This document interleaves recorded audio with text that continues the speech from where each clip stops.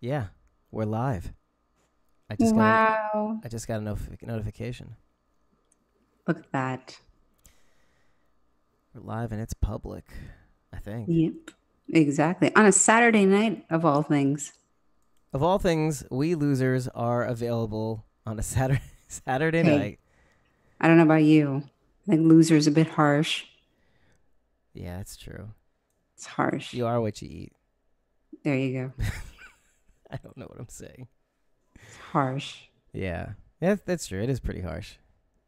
We just have a very sense of interest. We have a very full life. Yeah, We both do. and we love this podcast dearly. Right. So, why wouldn't you spend the time with us watching, listen, listening to us? Exactly. So, welcome to Squawking Dead. This is episode 25, and we're live. You For like your that? listening pleasure on a Yeah. Saturday night. Or revulsion.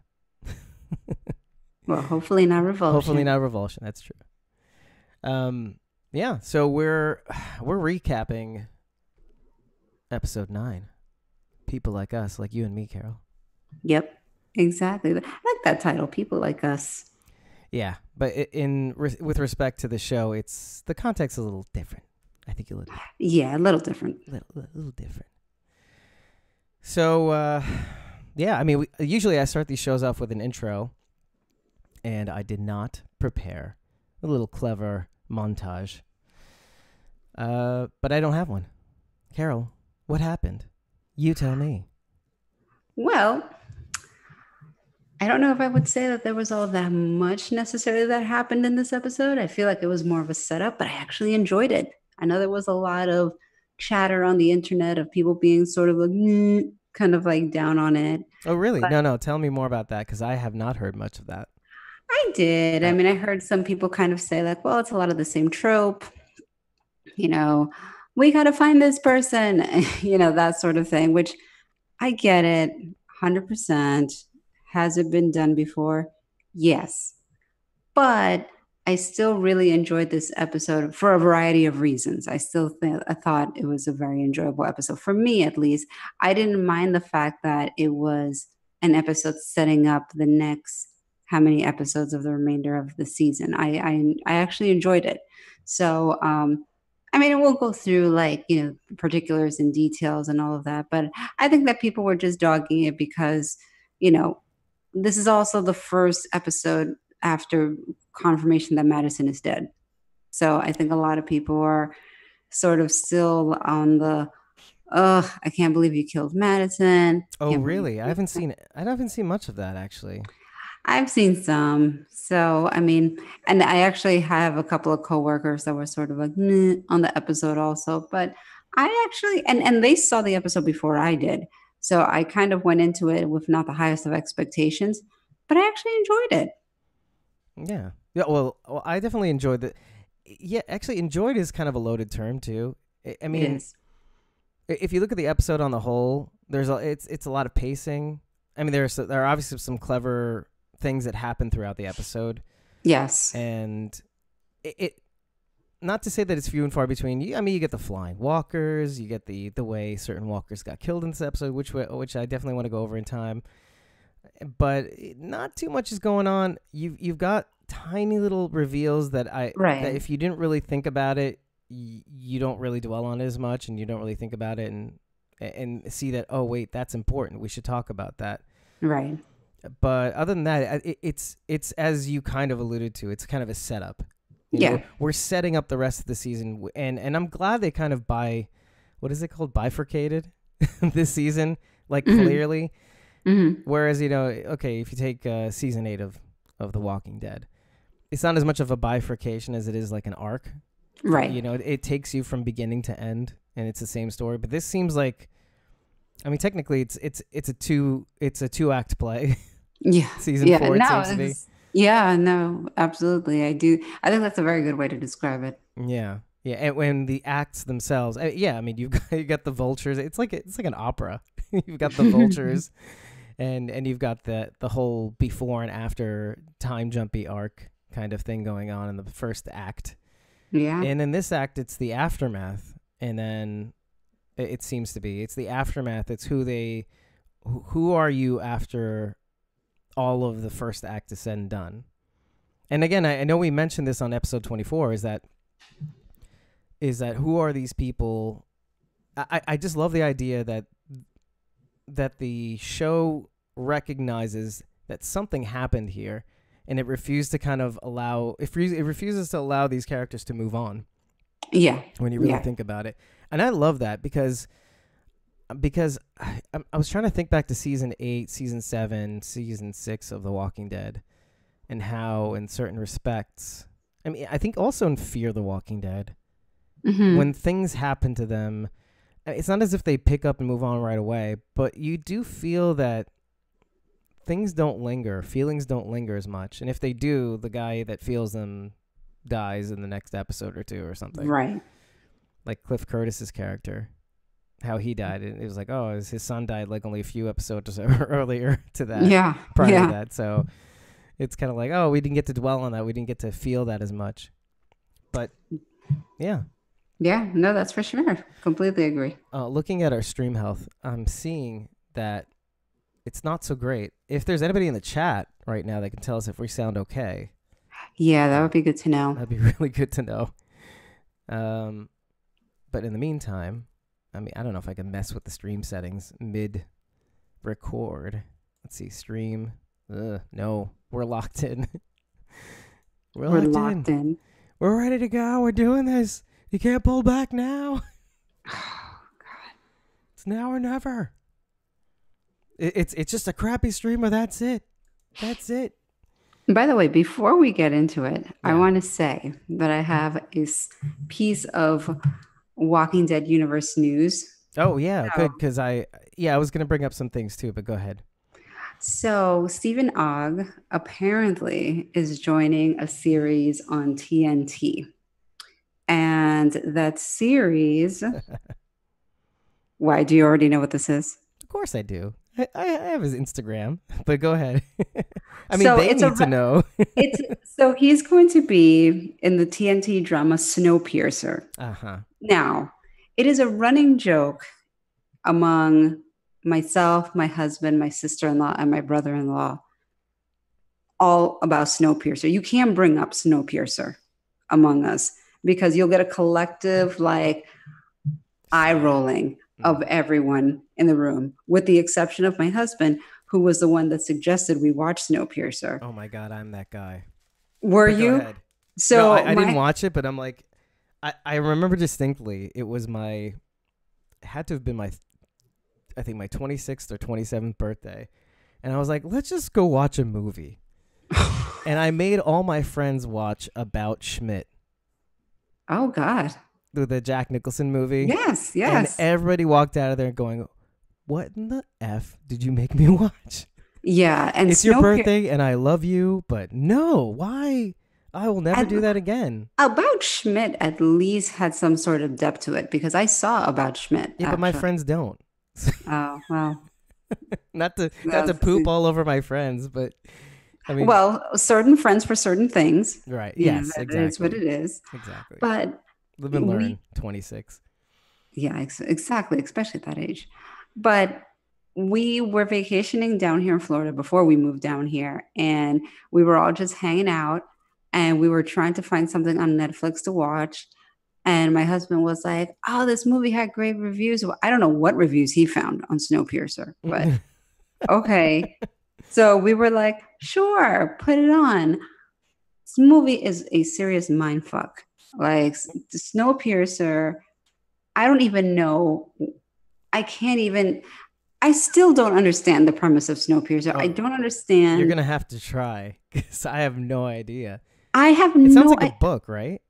Like, I have no idea. It's like this futuristic train in like a post-apocalyptic setting, going to God knows where, like man-powered by children. It's just this bizarre, it's the most bizarre piece of shit movie I've ever seen in my life. Like, and we were angry. We were angry that he chose this movie to watch.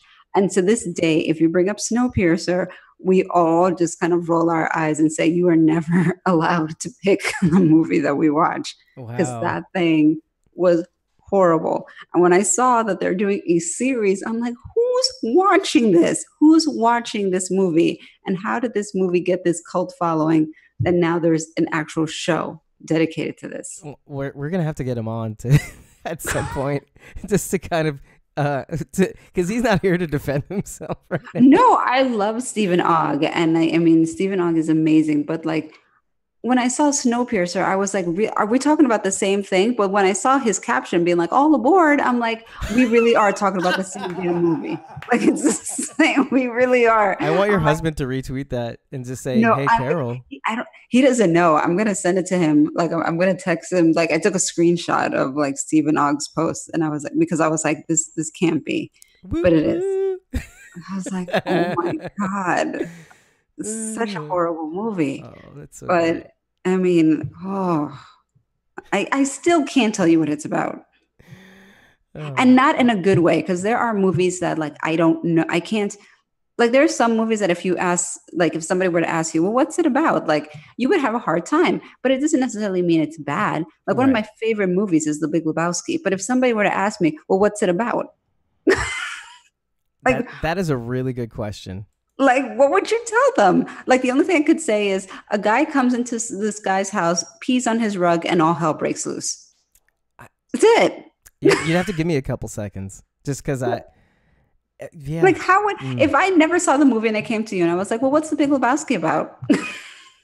It's about okay. How about this? It's a series of events of in the day of a life of a man, of an aimless man who gets into something that is supposed to be bigger than him, but ends up being just another part of his daily routine. That's a way better description than mine. So I needed I a couple applaud you for seconds. it. But do you know what I mean? It's like there are certain movies, but I love The Big Lebowski. It's still one of my favorite movies, Yeah. but it's definitely one of those movies that like it's not easy to describe to somebody what it's about. No, not at all. No, I mean, you'd really just have to kind of go into the character that Jeff Bridges plays, and then you start from the person, the character, and then just move your way outwards. He has a friend that blah blah blah and does this. Or And my that favorite character in that doesn't movie. roll on Shabbos. So I can tell you all about Shabbos, and he's kind of right about that. John Goodman's my Yeah. favorite character in that movie. We were talking about him the other day. I forget in what context, but yeah, there you He's go. amazing. Oh, because okay, yeah. I don't want to get into it, but it's like my dad has had this whole thing about he was trying to compliment a woman by saying, "Oh, you look very pretty. You look just like Roseanne." Sorry. I'll leave you there, only because it broke all of our brains on the table who heard this. And I said my dad was trying to explain, no, she's clever and smart, and like the television show. No, I'm I like, but get you it. said you look like Roseanne, Dad. Yeah. You can't. There's no. You can't get No. away with that. I would never use descriptions to describe people, because you never know if that person is going to really. I mean, No. beauty is such a subjective thing, you know? Yep. So at the end of the day, it's like, you could say that somebody like, oh, you resemble so much so and so, and you could be like, but I I am resemble repulsed one. by them, like Yeah. I don't know. Like, I mean, I've been confused for two particular people consistently in the past probably 3 months. One of them is a little ratchet, one of them is not. But I love how you used ratchet because I've not heard that word in a long time. really, well, because I've been told by my many people in my area here that I resemble Cardi B. And so that's why I use ratchet for one. Oh wow. Okay. All right. I know nothing against her, like whatsoever. Mhm. We actually are same ethnicity and grew up in the exact same areas. So Oh boy. in that respect, Separated from birth. I'm kidding. in that respect, it makes a lot of sense. So that's fine. And then I've also been, which I don't personally see, but I've gotten on multiple occasions recently, and probably just because of like media and stuff, Meghan Markle. Oh. Okay. I've gotten free drinks on a flight for that. Wow. Wait. I Yes. do see that. I mean, that's strange. I actually like got free drinks on a flight because the flight attendant was obsessed. And I guess maybe the way I had my hair and makeup and stuff like that, and the way I was dressed, like she was just completely all about it. So like every time she came by, she's like, "Do you want a little something?" I'm like, "No, no, I'm good." She's like, "Are you sure? Are you sure you don't want any Jack Daniels?" And he's like, "Sure, why not?" Wine not. I was like, Oh "I my am gonna milk God. this for as long as I can." Oh, you know what? I should have milked some of that Jason Alexander stuff. I used to get that a Oh, is that lot. what you used to get? Yeah, I just couldn't. I couldn't. I guess it was I weighed a little bit more, or I don't know what it was, but there you go. Maybe it was your sense of humor. Is it Oh, your New York, you know? between the glasses and the I don't know. It's. But that's the thing. You can't necessarily, it's all subjective. I had my John Favreau face. That is not a good face to have, by the way. John Favreau. Who's he again? He was in Iron Man, in Rudy, if you remember Rudy, with Yes. Sean Astin. Yes, yes, So yes. he looked okay then, a little bit of a fat friend, but then, but then it just gets worse a little bit. But yeah, It's not Roseanne, though. no, it's not Roseanne. It's like nobody wants to look like Roseanne.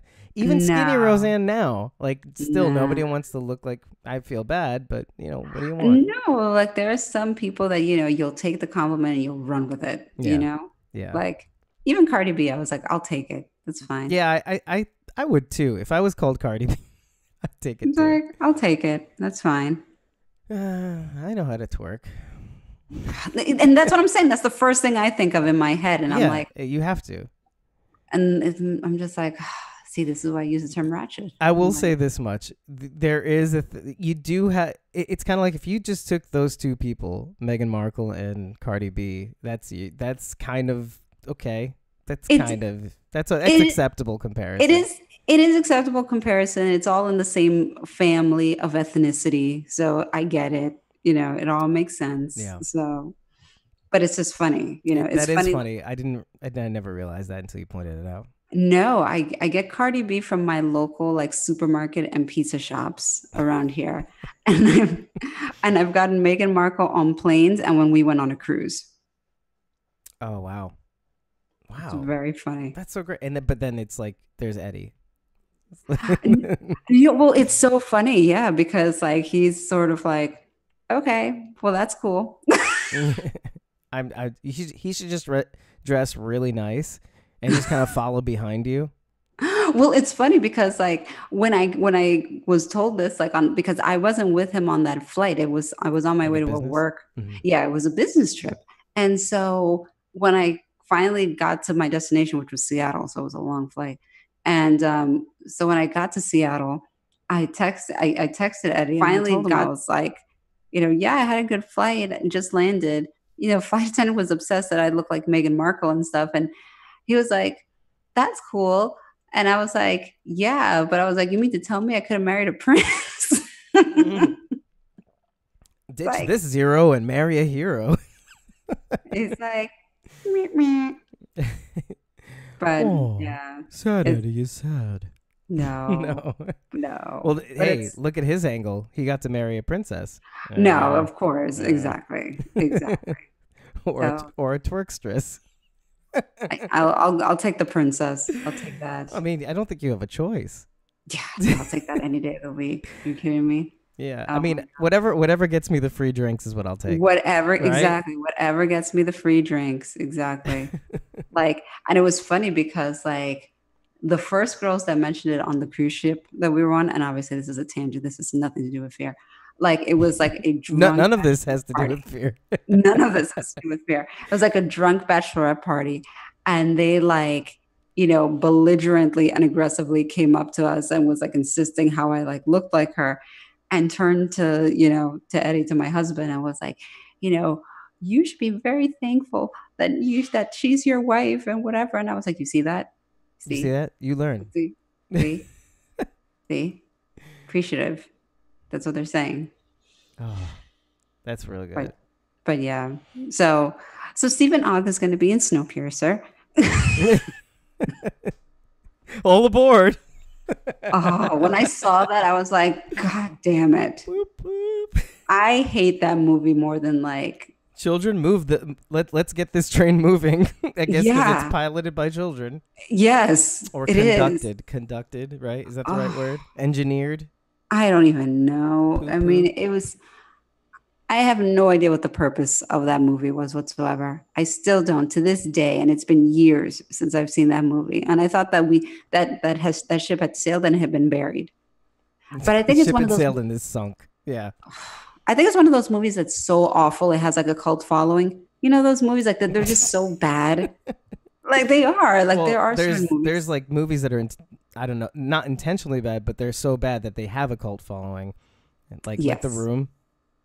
You've seen The Room? Oh no, Which one was that you've one? not seen The Room. You would know just by me saying The Room, the Tommy Wiseau film from like early 2000s.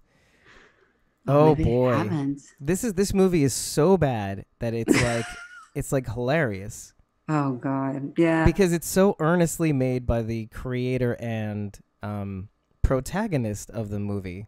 Uh-huh. So the protagonist is the director, is the writer, is the Uh-huh. producer. He put millions of dollars into this film, Yeah. and he also put it in theaters by himself.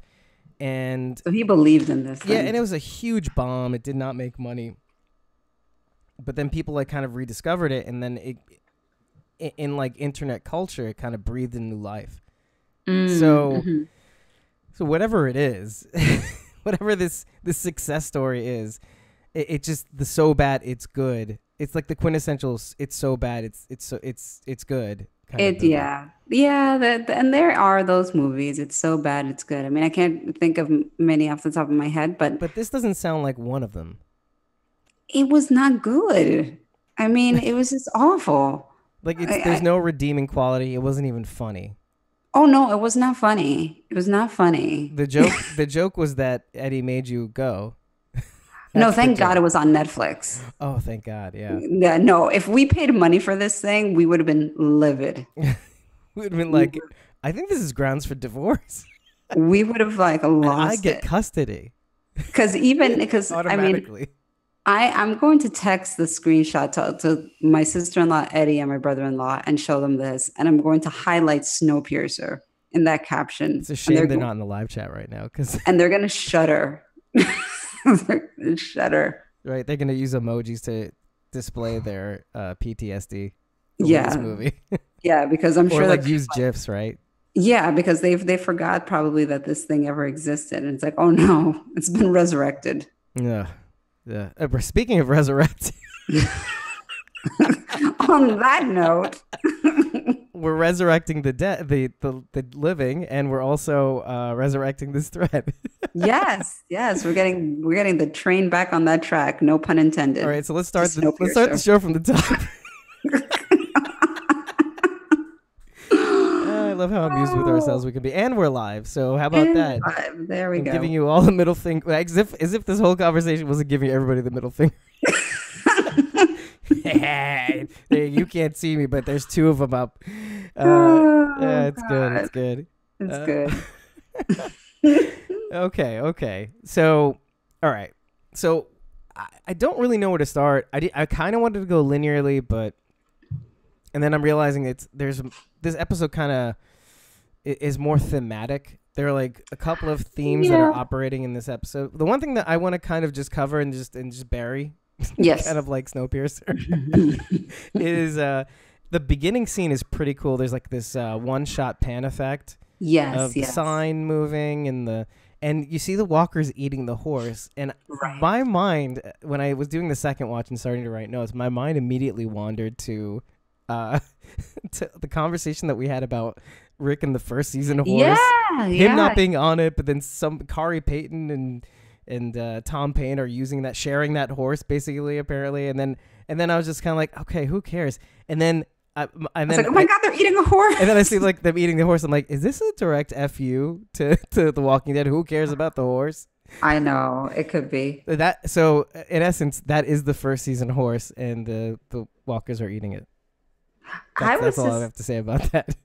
I was just kind of like thinking about the fact that I wonder what the mass is on like some of these like walkers, because I mean, you do start to see Yeah. some of them kind of get, you know, blown away, by the winds. And I thought to myself, I'm like, well, is that just, if you're in hurricane conditions, I mean, I guess it depends on the level of the hurricane that it is. Like, Well, if there's okay, so somewhere in the episode, Althea says it's 100-mile-an-hour winds, right? uh-huh. Now, I would say that it's probably enough to blow to toss at least a normal human around, right? Yeah, yeah.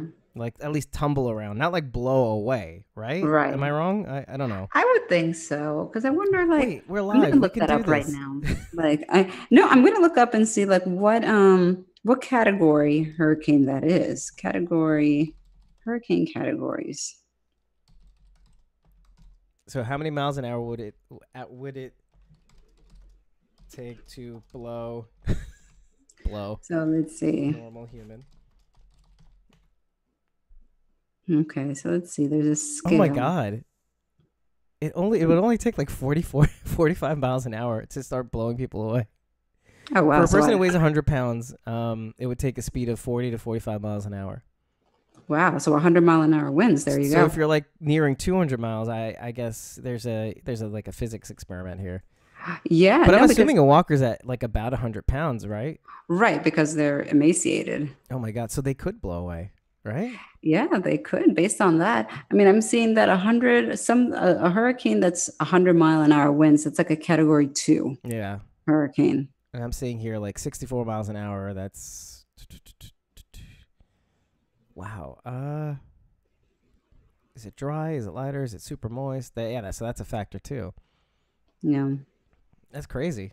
Hey, they got the physics right. I knew they were talking about that too. They're like, what would it take? What would it take to blow a walker away? That's so crazy. Very interesting though. This is good to know. Yeah, so I'm glad they just opened with that. I'm trying to I look at our did. Instagram to see if the live stream posted. And no, it didn't. That's fine. I'm not sad. I'm not That's sad. okay. We're learning. Yeah, we're loining. Okay. Well, I got two people. I think we have two people listening to us. That's exciting. Yeah, yeah. Sigh. Sigh. I'm glad for our two listeners, actually, though. I am too. I mean, it's better than last time when I put the live stream up and it was unlisted, so nobody could listen to the entire show until But see, this is 5 what I'm minutes saying. before the end. I'm like, oh, let me make it public now.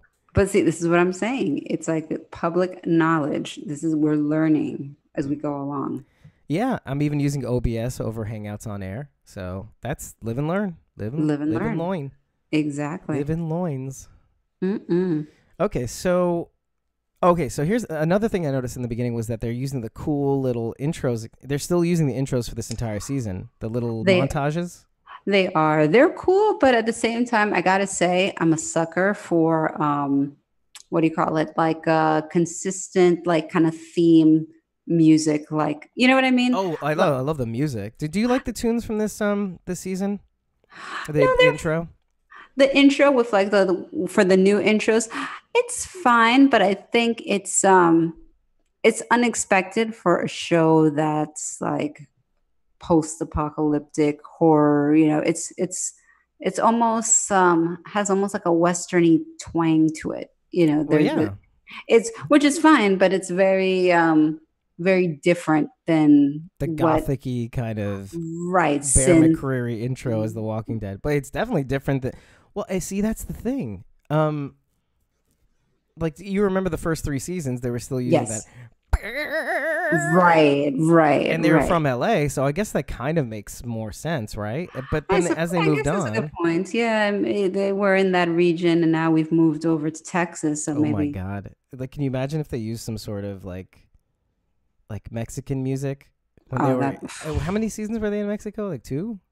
No, Were they like into? 1.5 maybe. Well, 1.5. Yeah. Yeah. I can't even imagine. No, I think people would have an issue with that. The optics on this aren't really great. They- We just spoke to Cardi B. I don't know. Oh my gosh. Her comment was, "Yeah, this stupid." Side note: Eddie can't stand her. He's like, I can't stand listening to her talk. I'm like, well, sorry. But that is her authentic self. God make me with a mouth Yeah. to Yeah. talk. Yeah. That's about I right. feel like that's something she would say. It is. It God sounds made me with a something mouth to talk. that sounds like almost something word for word she would say. Dude, I don't know anything Ah, about her, but like from the few snippets of her, I kind of get it. I kind of get it. yeah. I And then she does mean, those little sound effects every now and again. yeah, yeah, she's very what's the word? Oh, I can't wait for this. What is she, Carol? No, she's no, I was gonna say she's very descriptive, but No. she's very vocal, but she does a lot of sound effects, you know, like for whatever reason. I Where mean, she which is lacks in fine. vocabulary, she'll make up with sound effects. Right, Okay, precisely, gotcha. exactly. You know, instead of saying like, okay, you know, like I got you, she might be like, bloop, you know, I don't know, like, She's your twin sister. What? I don't oh know. God, it's insane, Okay. insane. Okay. So Uh, we got the intros. We got the intro music. yes, So yeah, and eventually the season's gonna end, and then at some point we're gonna string together all the intros to see if like there's a. I mean, obviously there's a story. It's kind of like a mini-sode, almost like yeah, watching that's the idea, these right? intro sequences. Yeah.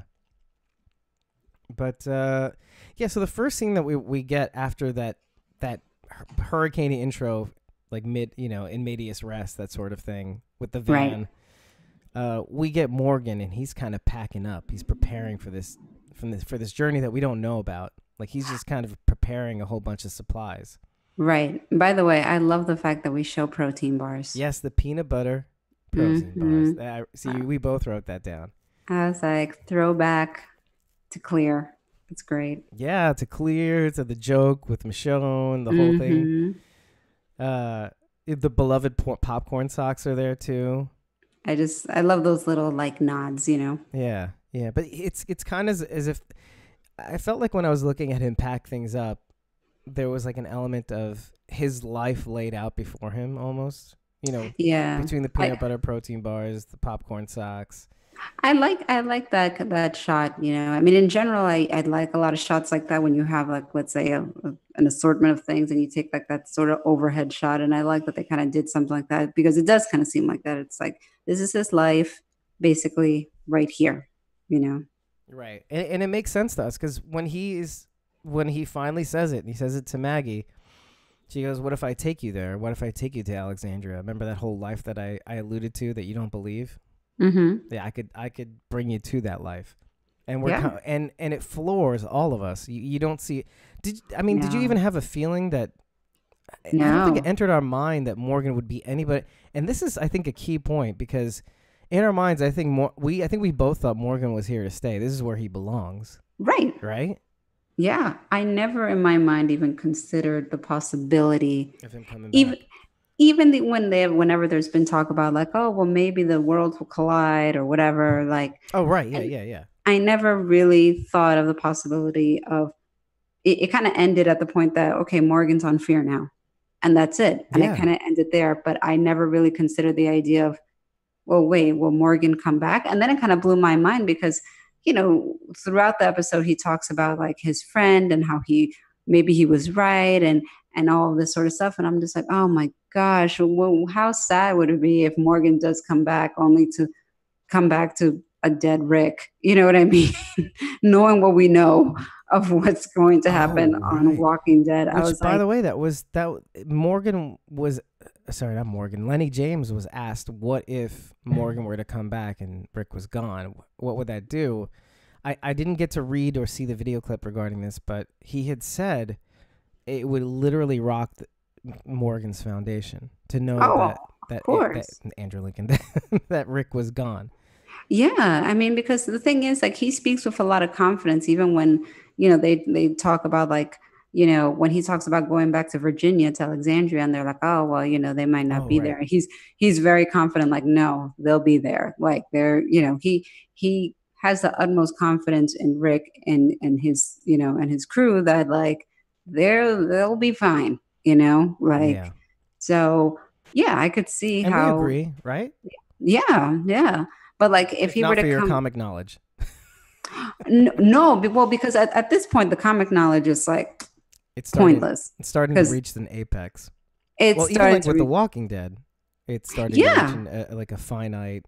We know things, but then after a little while, we're gonna stop knowing things. yeah. There are certain things that like there just isn't any precedence for it in the comics. So it's sort of like I don't know. It could go any direction, but I do think it would if indeed Morgan were to go back to Alexandria and you know with the time difference, I don't know. That's the thing too. It's like you know, but it did. It made me Oh, think that's about it true. because I was like, we're going into the future in Walking Dead. So what does that mean in terms of Morgan? If Morgan were to ever go back, Oh, I right, don't right, know. right. Where does he And, appear? Right? and then a lot of people, well, not a lot of people, but there was one podcast that I listened to, and they made up the good point. They're like, look, Morgan could be on Fear right now, and he can be on Walking Dead, considering Walking Dead is jumping into the future. You don't Right. know in the year's time that pass, you know,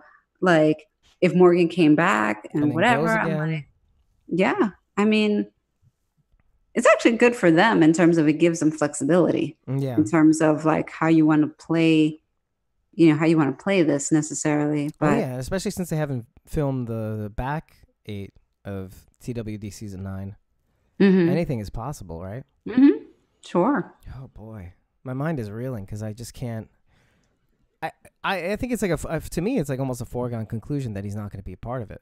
That Yeah, Morgan's I not going don't to be think part of TWD for like years, if not at all, and that right. maybe tells us something too. By the way, hmm that I don't know that maybe Fear will not ever join. Those two worlds will ever join up. I'm starting to have serious, like not serious doubts, but like this niggling, creeping in the back of my skull doubt that like these two worlds are going to link up, and if that's true, and yet we still have season 5 is on the ticket. You know they're going to be filming season 5, so is it going to be like a full 5 years in their world before they meet up again? Plus, hmm is there going to be a crossover? Is there going to be some allusions to the video game, the Telltale game? Because the Oh Telltale yeah. game is in the future. Is in that like I think 5 years ahead or some odd years ahead. So the show is kind of catching up with the game. At least this last installment of the game, I think. hmm So because the main character, I think in that game, the protagonist, she grows up throughout each of the iterations of the game. Mm. So they're kind of far in the video games. So there's like a time I wouldn't say there's a timeline issue, but there's concerns, timeline concerns. It's mind-boggling. Yeah. So it's up to them to decide whether or not they're going to care about those things. I mean, obviously they're gonna want to care about Fear and The Walking Dead. I don't know about Telltale, but I don't know. But it is the last season of the game, so knowing that there's not going to be any more of the game hmm could give them a, it's kind of like, well, we won't have to worry about the future of the game because it's over. But now we can hmm fit it in somewhere. I don't know. It's just a thought. It'd be kind of hmm cool if they cast a live action. I've never played the game, but it would be cool No, I've if never they played cast it. a live action version of that character. Hmm. And there's, I was always wondering about, and I know I'm moving in and out of different topics and tangents, but there was this one character that they had in On the, Telltale? no, on Fear the Walking Dead, they had that one Okay. character. She was the one that was in the plane crash. Okay. If you remember, I don't know if you never watched the show. So, you know how they have those little mini-sodes in the commercials? hmm During season 1, I think it was, or 2, I think it was season 1. They had like scenes from an airplane of like one of the passengers being the first one getting sick and turning, and the plane ends up crashing, and it crashes with this one girl. I think she's Asian, and this other guy who's badly like sunburned and like injured and stuff like that, and they're on a life raft, and eventually the minisode character meets up with them on the boat. So I think it is season 2. Mm. And they take them on, and they're like, we don't trust this guy, and they leave him on the boat, and he's exposure, and he's a blanket on him. But eventually, they cut her loose with the dinghy, and they don't let her on the boat. This is how mistrustful they are of people, because they encountered some people and Henry killed somebody, and it's the whole thing. But like, I wonder about these. She's kind of like almost like a Heath character. I mean, not as close to the gang. I mean, she kind of has a bone to pick with them.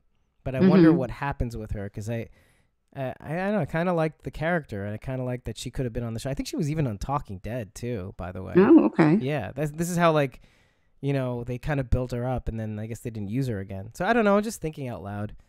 There are like tons of there are some loose threads in Fear the Walking Dead, and that's definitely one of them. So. Well, yeah, I think that there's definitely a lot of threads too. I mean, even a lot of people say like, well, what happened to this character or this character, you know? Oh yeah, like Taka. Yeah. Right. Yeah.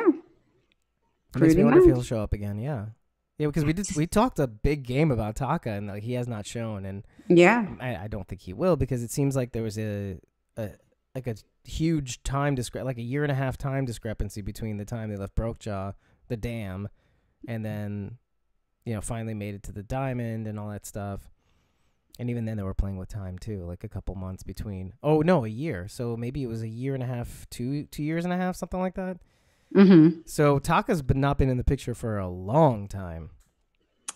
If he was going to show up, he was going to show up in the beginning. Yeah, you would think, right? Yeah. The beginning of season 4. Right. Yeah. That coffee with tequila really does a number on my thought process. Oh, did you? You had coffee? I had coffee with, it's kind of like a Bailey's with tequila instead of whiskey. Ah, okay. And now I'm like, now I'm on a dinghy right now because I need water and supplies.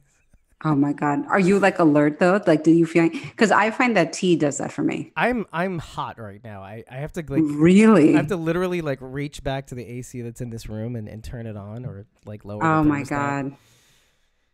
But that is but I'm hanging in there. I do it for you guys. I do it for the 2 watchers listening right now. See, there you go. And for me, Amy 3. Yep. Well, I mean, listen. Of course I do. You're my primary. You're the first person. Like, I'm giving the middle finger to our 2 watchers just for you. I don't do this for the rest of the world. I do this for us. This is like purging. This is like therapy. This is purging. It's therapy, because I just don't. I mean, it's funny. Like my husband's grateful to you, you know, because he like I get into it sometimes, and he's like, okay, that's fine. Or do podcast, Carol, because I can't talk to you right now. It's like, okay. I don't know who you are anymore without Squawking Dead. And it's funny because my mom also, she cracks me up with it, because I'll tell her when Walking Dead comes on. It's Fear the Walking Dead. It's like, you know, sometimes like if I don't catch it on Sunday, I'll catch it the next day. You know, I'll watch it on my phone. Like, or, you know, my to me, DVR. It's like committing a mortal sin. But what do you have? Go on. I'm kidding. So I'm just being transparent here. No, okay. But when Walking Dead is on, it's like, no. I go to my bedroom and I'm like, the door gets locked, and I need gonna joke about that, but damn, okay.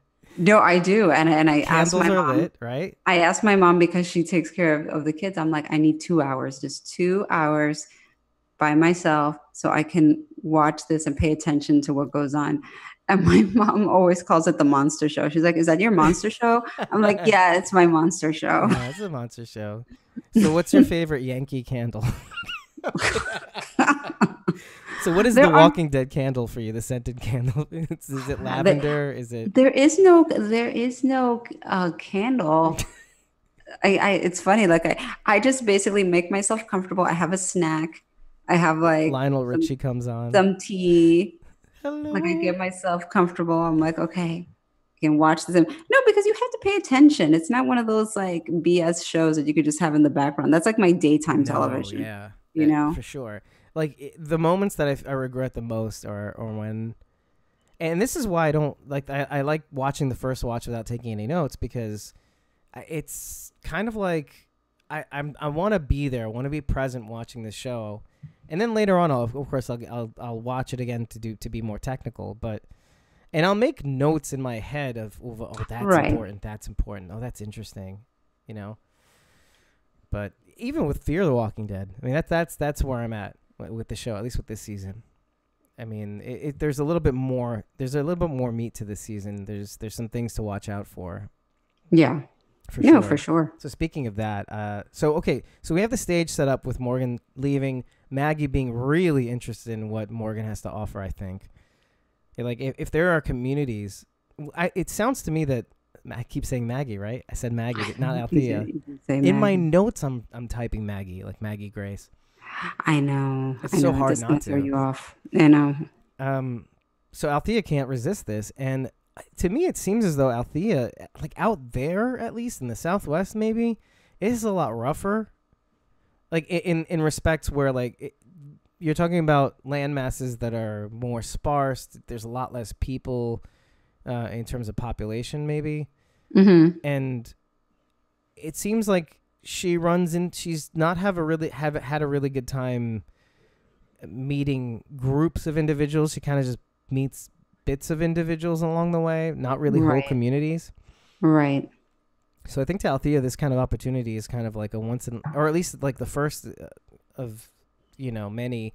And can you imagine her meeting up with Eugene? Oh my God. Like, holy crap, I filmed you. How'd you get here? I know. Oh my gosh. That would be amazing. Right? There you go. That would absolutely be amazing. I would love to see that. Yeah. But, having that happen means that Morgan does leave John Dory. And these are the things that are going through your head. Because, again, going back to the beginning, did you imagine that Morgan would be, first of all, this quickly thinking about going back to Alexandria? No. And the reason is because of his best friend, John Dory. now. Yeah.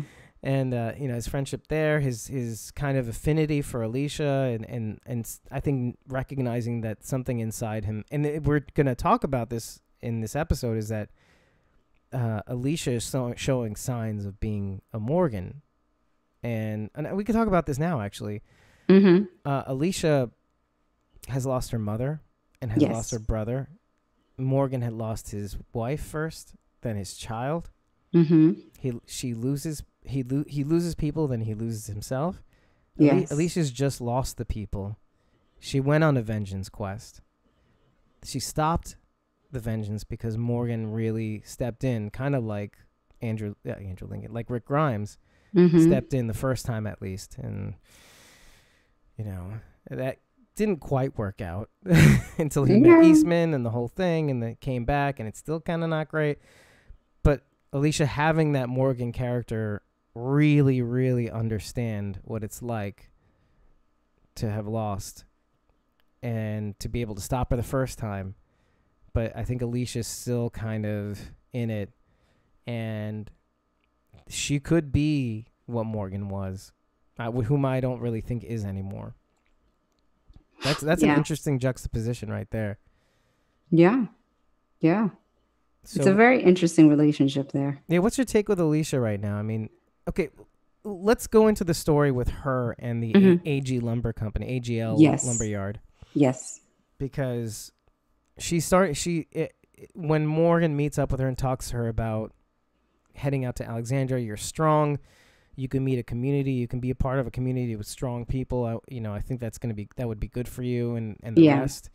Yeah. And she's like just waving off his offers, like somebody here needs help now. And she's seeing the notes tacked onto the bodies, and she's explaining it to Morgan and everything. And so, I mean, to me, it looks like a lot like, look, she just lost her mom, after teaching her to bring people in and save people and stuff like that. I think she just wants a win. You ever get into that thing where, nothing seems to be working for the day, and you want to just at least end off the day at your work day, right? With just like, oh, can I just get one win and I can go home and feel okay?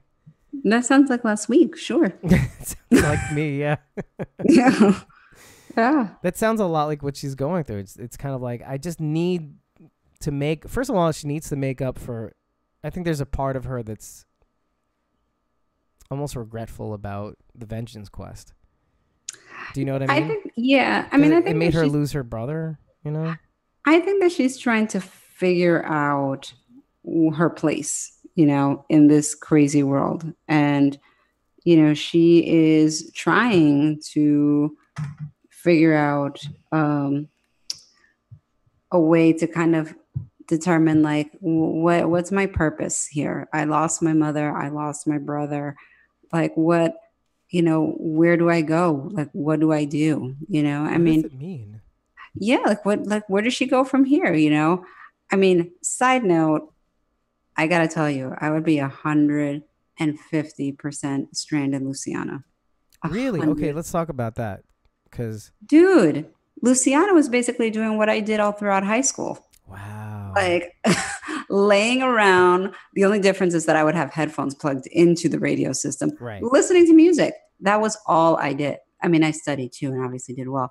But what I'm saying, Architect. What?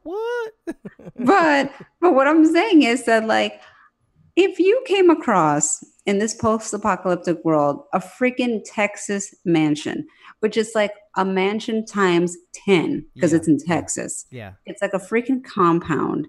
There's a cellar with alcohol. There's like a plethora of records. You know what? I guess this is where I'm at. this is This is where God led me. this is basically where God led me, and I'm just gonna plant my flag here, and that's it. Yeah, yeah, I can see what you're saying. There's a lot to talk about in that respect because, okay, so regarding Strand, this it seems to me like they're falling into these their old habits again. Yes, yes. Strand with the boat was called what's his boat called? Alice, I think. It Hmm. was called Alice.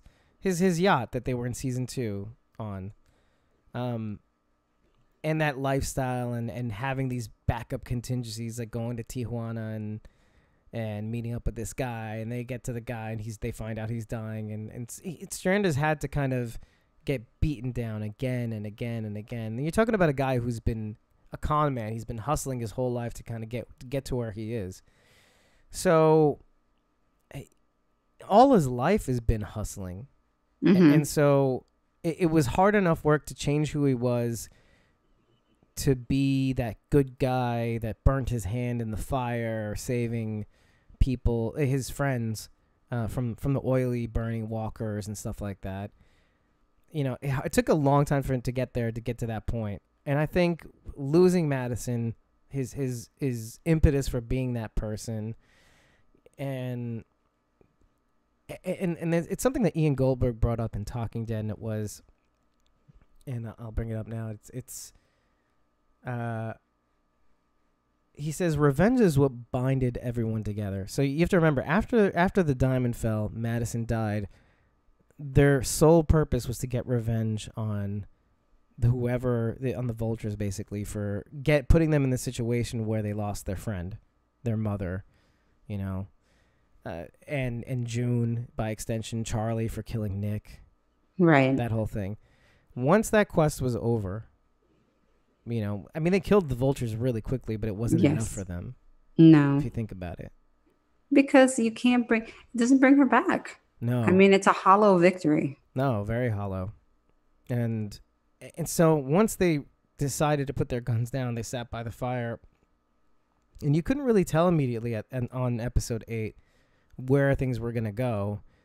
And I was almost kind of like, is this how easy it's going to be? And then we find out in episode 9 it's not going to be easy at all. Like, the outside world is reflecting what's going on inside with this hurricane coming up. It's like the truth is coming out, and people are dealing with consequences in the middle of this violent storm. Yeah. Yeah.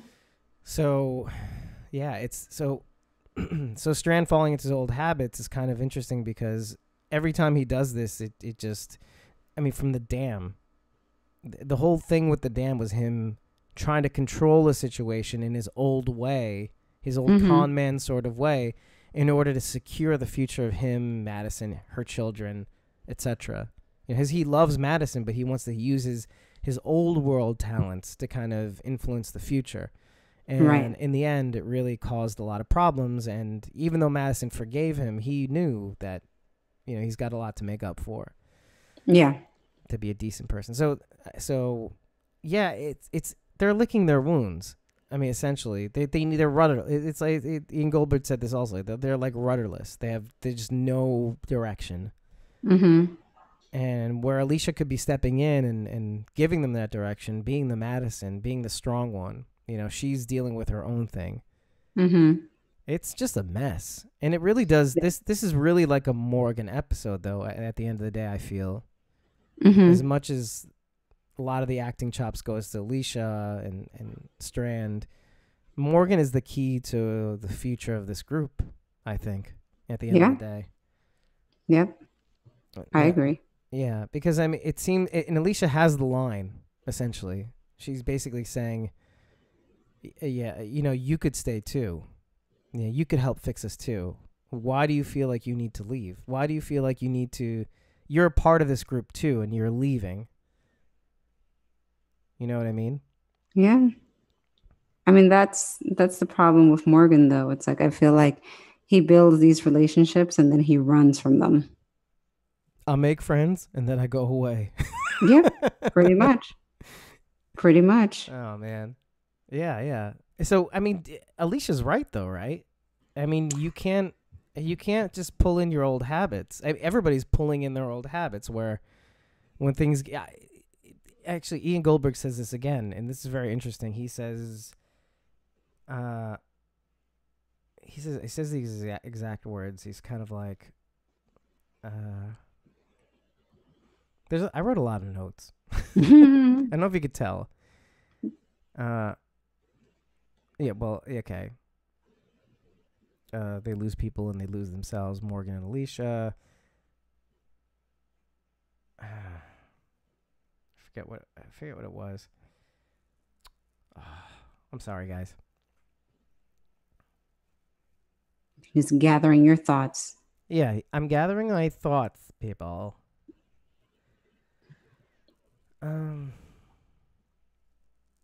Yeah, I don't know. I'm not sure. Oh, okay. So regarding Morgan's departure, Ian Goldberg says it's not just about looking Rick in the eye and all. There's something bigger going on for Morgan in terms of him leaving. It's not about going back to Alexandria and making it up to her, looking Rick in the eye and saying you were right about. There's something else. I think and if you had to guess what that was, what would you what thoughts do you have on that subject? Like, it's not obvious to us. It might not seem that obvious that it may be more than just him going back to see Rick and say you're right. Do you think that there's something going on with this group that may be making him want to go away from it?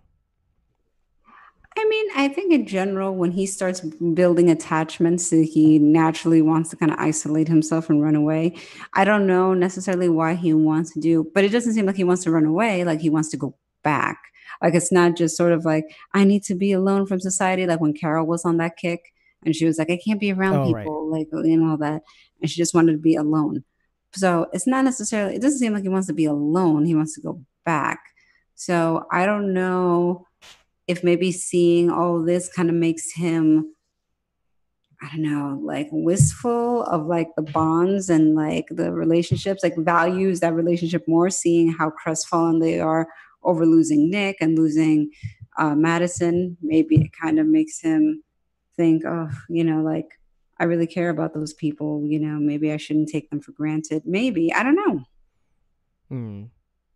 I mean, he's obviously seeing all these people. He's visiting each and every group who don't live all together, by the way. I thought that was very interesting, too. I'm just like, why aren't we all hanging out at that compound? And it becomes very clear near the end of the episode why, by the way. Yeah, and Charlie. Exactly. I'm so glad you're on the ball. No. I mean, I get it. Listen, I get it. Charlie killed Nick and we can't get over it. Period. It's understandably so. I mean, that's kind of a big deal. So I get it, which is a shame because that compound, just saying, like, I would be like, sorry, kid, but this compound's a pretty good deal. Yeah. Well, I mean, I don't think they would let her live with them anyway. No, No, And they wouldn't. But Strand, that's the Alicia, thing. and Luciana. If Luciana Mm, killed my boyfriend, Strand killed my friend, Alicia killed my brother. You know, yeah, it's just a yeah. no. It's like there's just you can't do anything about it. No, It's a vote no, of but no confidence. So I'm just saying it's like I don't know. I If I were Althea, John Dory, and June, I would yeah, kind of June question mark. Sorry. June question mark. I would I would be seriously wondering like, man, we're living in a bus because of this kid, and these guys are living high off the hog. I mean, I don't know. Just saying. That's an interesting question. Like, do you think that June and John Dory are resentful to Charlie in any way? No, I don't think they are at all. I would be, but I don't see like I'm saying I would be, but like no, they're not. They're So better if it was people. you and me taking care of Charlie, you'd be like, "Fuck this kid." Yeah, I would be like, really, really. So we're gonna Yeah, live in this bus because there's a freaking mansion down the road. a Like Mick. must be down the road because Morgan just walked on over there, Yeah, and John Dory walked on over there and knocked on the door. yeah. I mean, I think I think it's clear to me that they don't want to live too far from each other. I think they want to know where each other is, just in case. Right, right. And John Dory, I mean, look, even with his injuries, he is a little bit more mobile after like a month or so. Mm-hmm. Kind of that is kind of funny. Okay, I didn't think of this until now, but do you remember how June, or rather Laura at the time, washed up near his cabin, and she was the one that Yes, was injured? I yes. don't know how I didn't think of like him being the injured one, him and she taking care of him. I didn't think about that, but you're right. That is a good point. How the tables turned. Yeah, I don't know what it's like so obvious, and yet like oh, there's something to that, to him being the injured one, she taking care of him, and yet she is asking the question of, oh, did he fall in love with me because I was being the Laura? I was being scared. I didn't want to be attached to anybody because I was running away. But I Or like Althea's answer very well, which is that like you've been tending to him like day in and day out. It's like, and that is the person that he loves. And that is very, very, that was perfect answer. yeah, shouldn't that be enough? You know, yesterday is yesterday, today's today, and God knows there'll be a tomorrow. Yeah. And I think that brings June back to Earth too. With Mm-hmm. all the things that are going on in the apocalypse, I mean, clearly these people are really, really, really capable. You know, they're so super capable that they're thinking about things that are that you would normally not think about in the apocalypse. Right. Like you'd be thinking more about the day, but none of these people are thinking about, except for maybe Alicia.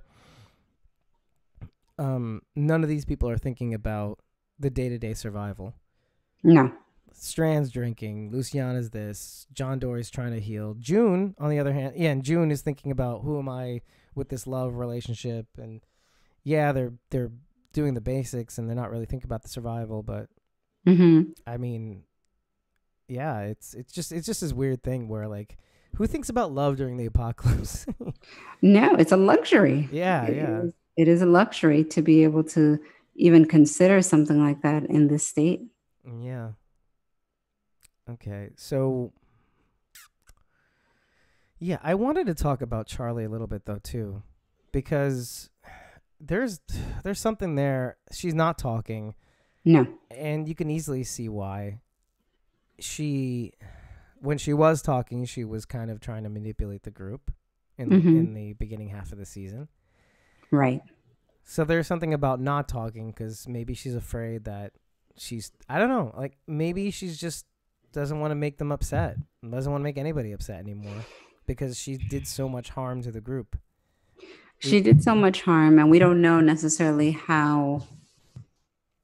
We don't know how she feels. We don't know where her head's at. We don't know if she is resentful of them and that, oh, excuse me, that she couldn't necessarily be there to protect what's his name from the vultures. I mean, she clearly had a relationship with at least I forget the main guy from the vultures. Like she cared for him, you know, Oh a yeah, good the deal. brother, Yeah.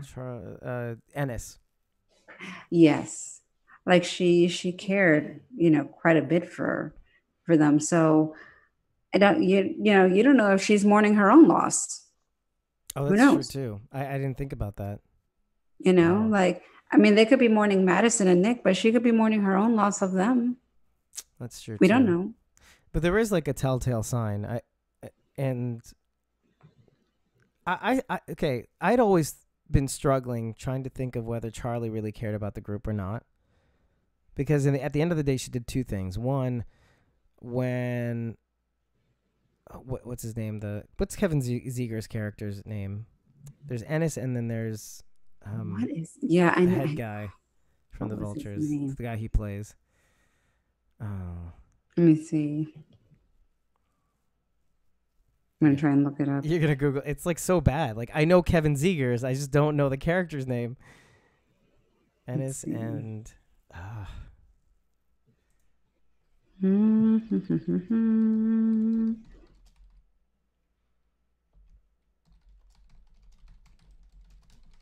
see if I find it before you. My Google foo is better than yours. Mel. Mel, that's right. Mel. There we go. So yeah, Mel and Ennis. And so when Charlie went back to Mel, you weren't really sure if Charlie was just really just kind of giving them the finger. Did she really care about the group, even though they were so good to her? She, and she did give the book back. That whole thing, The Little Prince. Yeah. yeah. So, which is very interesting. She turned them down every corner. She shot Nick when at that run that they had that Madison and Nick. No. At the end, when they after Nick killed Ennis, she shot him. So it's hard to think about what she really thought back then. It is hard. And so, but then you have this scene where John Dory's trying to take care of business after they play Scrabble, and she kind of takes the opportunity to slip out, and she takes the little prince with her, and she brings it to the McMansion that Luciana's staying at. Right. And Luciana's alone, and She wants nothing to do with it at first. right, but Strand is out with John Dory trying to find. They're actually trying to find Charlie. Actually, right? Yeah. And Charlie slips into the mansion.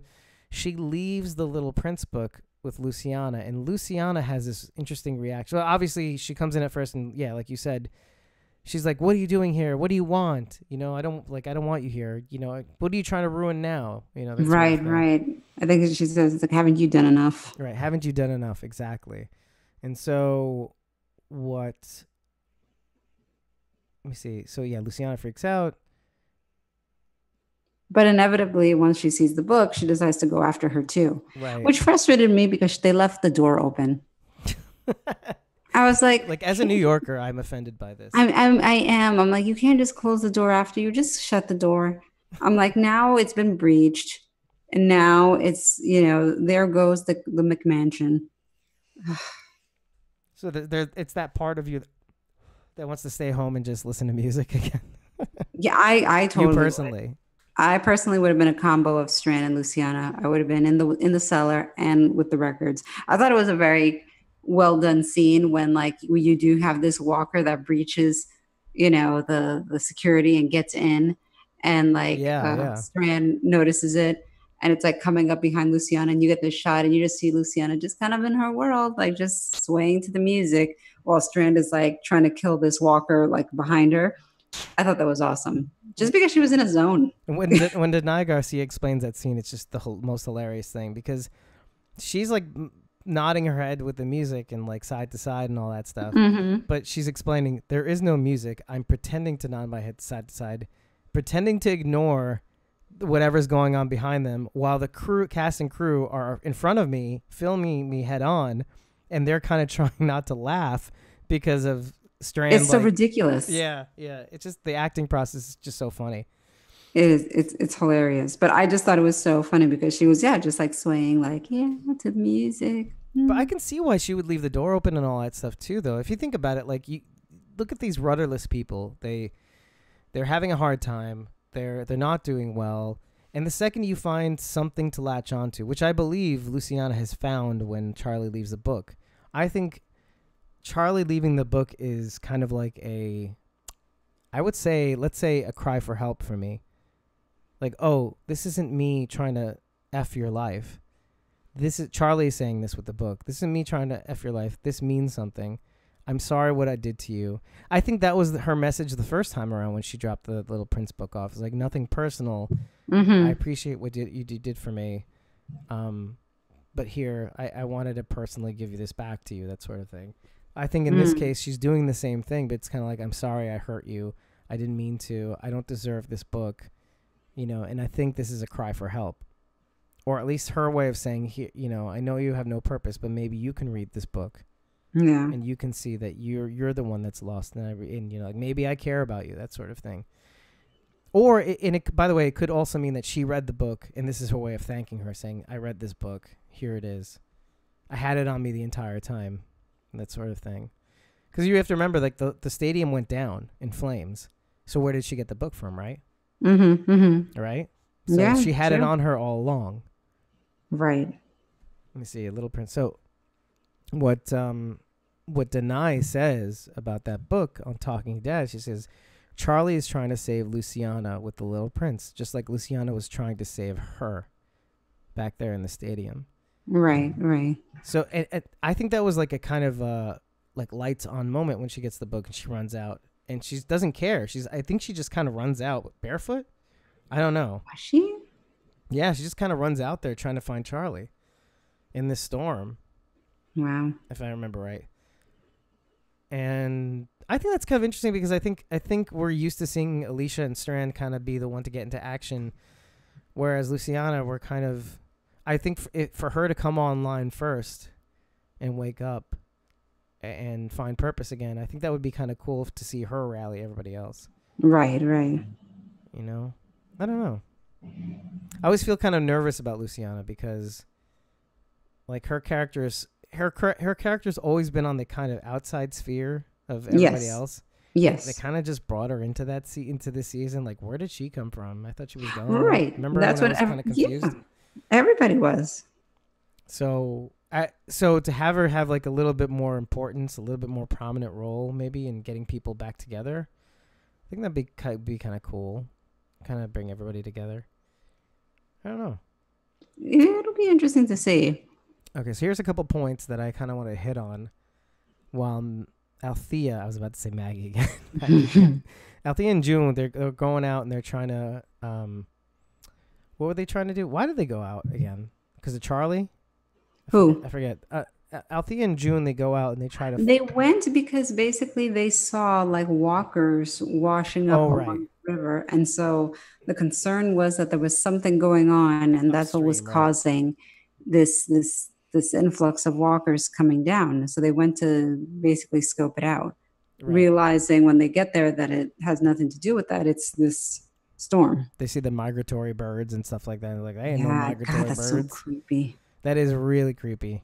Like, now I know that when birds, when you see animals start to do that, like, shit's about to go down. I put my ear to the ground. Storm coming, like that.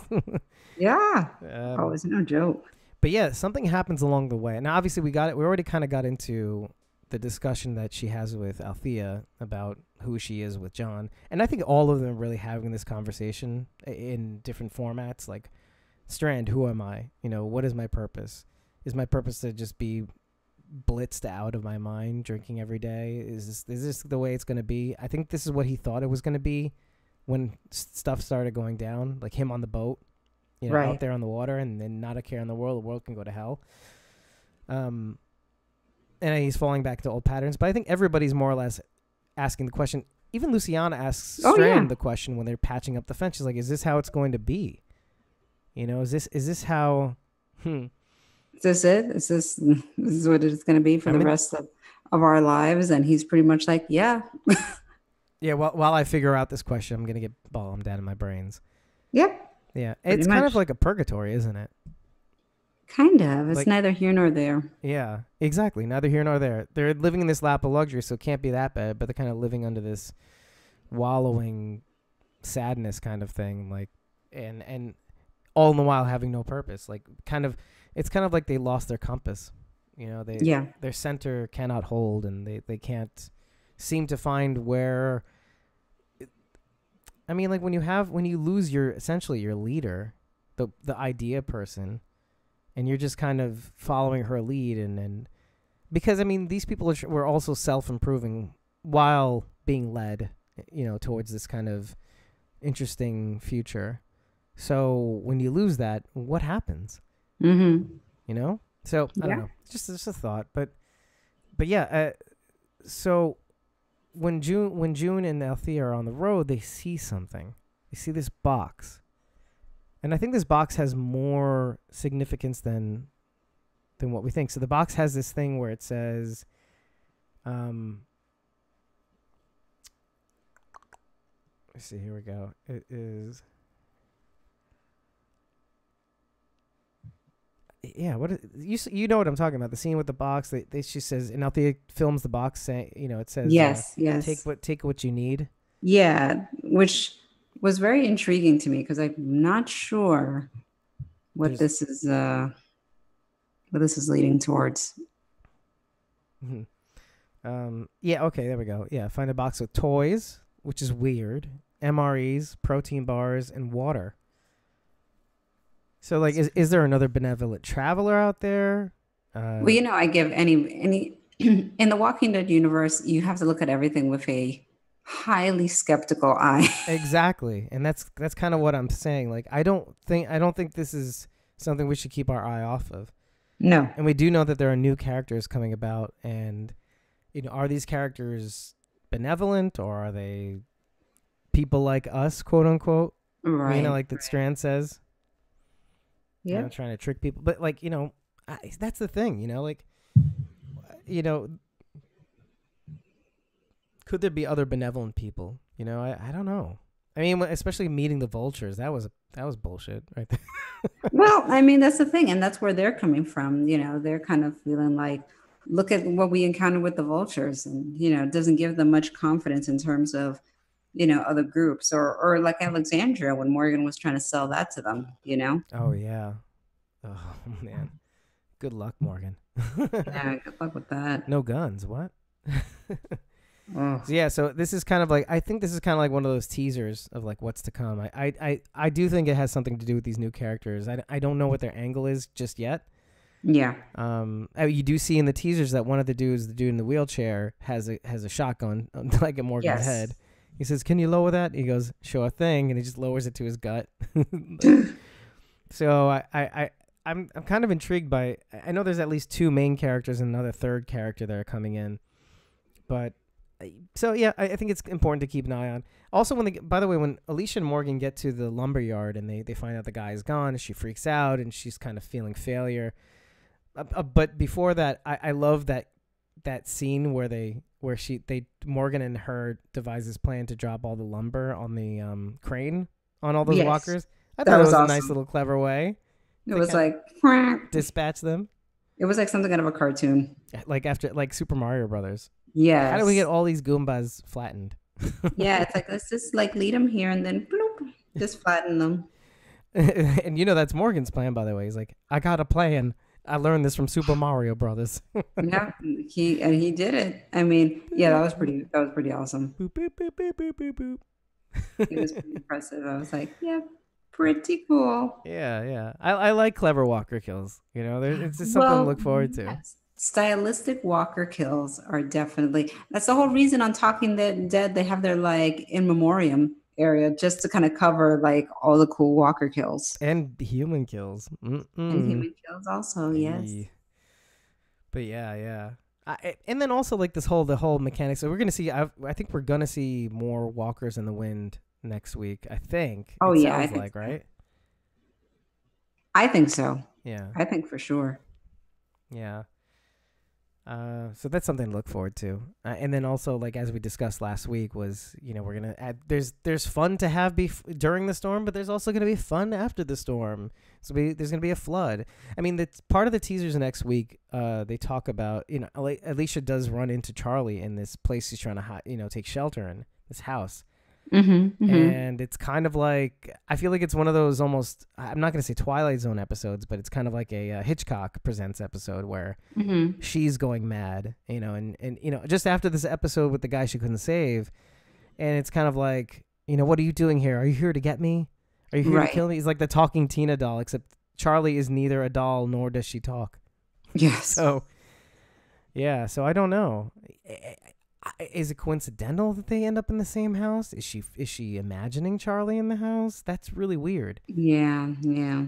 I hear you. I don't know. So I honestly I cannot wait for that because there's something so like there's something I was a huge Twilight Zone watcher. I loved Hitchcock Presents. I Mhm. love like I'm a Twilight Zone these fan. mini episode sci-fi kind of shows, these Mm-hmm. fantasy horror suspense kind of thriller episodes, but Yeah. like psychological terror kind of thing. Yeah. And, No. 100%. and I like that they've kind of figured out a way to do that on this show. Like, they think of everything. Oh yeah. Oh yeah. There's thought. Yeah, yeah. So let's see. Yeah. So talking about Alicia just for a second, though, and I do want to go back to Charlie for a sec, but Alicia, there's something about like her also falling into bad habits. Like after she realized she failed with this guy trying to save him, like he ran out of food or something, come quickly, and then he couldn't manage to tack that note on. Right. And it's something about her falling into bad habits too, because after she finished with Broke Jaw Ranch, I think it was, she wanted to be on her own. She's like, screw you, screw Nick. If Nick can go off on his own, I can go off on my own. Madison kind of gives her a weird blessing. She's like, I have to learn to stop being me, Madison. She says it's kind of like, I have to stop trying to protect my children and sort of like, I have to let you do what you want, what your own thing and stuff. And but yeah, she went off on her own then. She's going off on her own now against Morgan's kind of best advice, that sort of thing. Mm-hmm. Like in the middle of this violent storm. So she's kind of falling back to old habits. Like, I don't need anybody. Mm-hmm. Meanwhile, I think it's kind of like, what's the point if I can't help save this guy? She's like, I can't. How am I supposed to save Strand and Luciana? Like, how am I supposed to pull them all together? Right. So I don't know. It's, and then Morgan is threatening to leave, and it's kind of like maybe Alicia is right about Morgan. Like, why are you running away from us? What is it that you're afraid of?